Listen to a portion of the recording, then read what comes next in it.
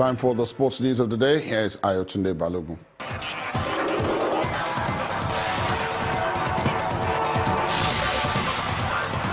Many thanks, Laddie. Well, players of Nigeria's senior men's basketball team, the D-Tigers, are bracing up for the huge challenge at the championship, which dunks off on Friday. That's the Afro-Basket Championship.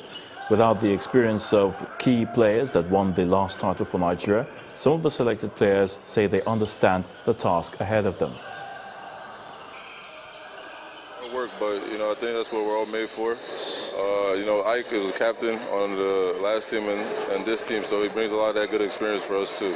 Try to pick up where they left off. Just try to play as hard as you can. And like I said, everything took care of itself. They won last year. Obviously that's the goal. We just keep working hard and see what happens. Nothing's easy. Everything's a challenge, but I feel like we're doing the right things to overcome the challenges. Everyone is new, everyone's fresh. We have some younger players, but we're gelling because if we play together as a team, as a unit, and if we have the same team chemistry, all of us will be able to defend our title. We plan on going into the tournament and bringing the trophy back, and we're just looking at the team before us and see what they did and just go there, compete, and do what we got to do to bring the trophy back here. As everyone knows, it was very last minute, but at the end of the day, we're all basketball players, and we all know how to play the game. So each and every day, we're just growing together as a team, getting better every day, and we're just getting ready for our game on Friday. Our players of the Super Eagles will get their full match bonuses for Monday's 1-1 draw against the indomitable Lions of Cameroon in Yaoundé. President of the Nigeria Football Federation insists the bonus is a reward for a masterclass display by the Nigerian squad over the two legs of the most anticipated fixture of Group B. The NFF also confirms it has already begun preparation for next month's big encounter against the Chipolopolo of Zambia, at which the Super Eagles are highly expected to pick the World Cup ticket. Football agent and transfer market expert Esteve Calzada insists the record-breaking fees paid during the recent transfer window are unlikely to fall in the near future. While the highest profile and most expensive deal took Brazil forward Neymar from Barcelona to PSG for a world record fee of 222 million euros, there was increased spending across the leagues.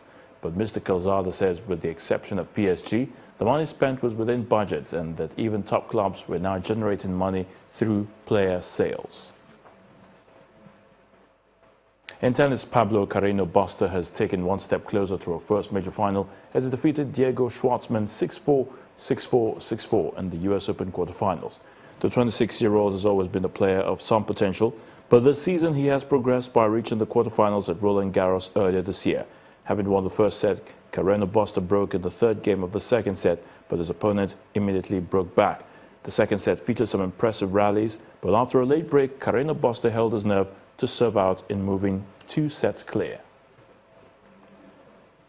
And that's sports news. The rest of the news at 10 continues shortly.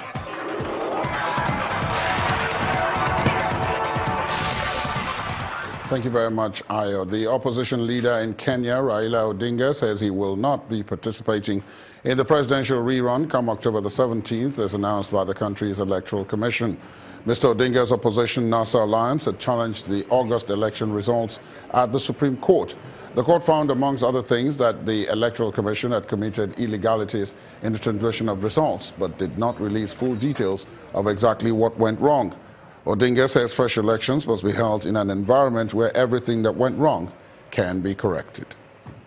Because you could not do a mistake twice and expect to get different results.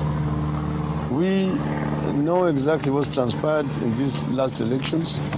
We know what the IEBC did, and we know that if we were to go back, there will be no different results.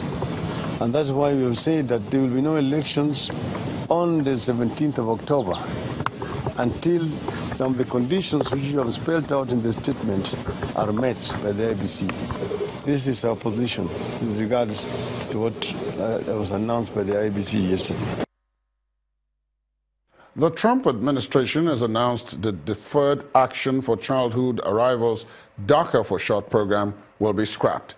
The program, which covers more than 800,000 young undocumented immigrants, mainly from Latin American countries, was introduced by the Obama administration 5 years ago.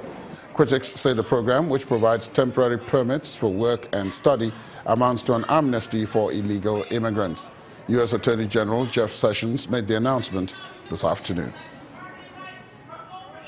To have a lawful system of immigration that serves the national interest, we cannot admit everyone who would like to come here. It's just that simple. There is that would be an open borders policy, and the American people have rightly rejected that. Therefore, the nation must set and enforce a limit on how many immigrants we admit each year, and that means all cannot be accepted. This does not mean they are bad people or that our nation disrespects or demeans them in any way. It means we are properly enforcing our laws as Congress has passed them. It is with these principles and duties in mind, and in light of imminent litigation, that we reviewed the Obama administration's DACA policy. And the main news again. The National Bureau of Statistics today announced that Nigeria is out of recession after 5 consecutive quarters of contraction in the country's economy. The presidency welcomed the news with cautious optimism. And on the foreign scene, Kenya's opposition leader Raila Odinga today threatened to boycott the October 17th rerun election without guarantees. That's tonight's news at 10. Thanks for joining us. I'm Ladi Akiridoluale. Good night.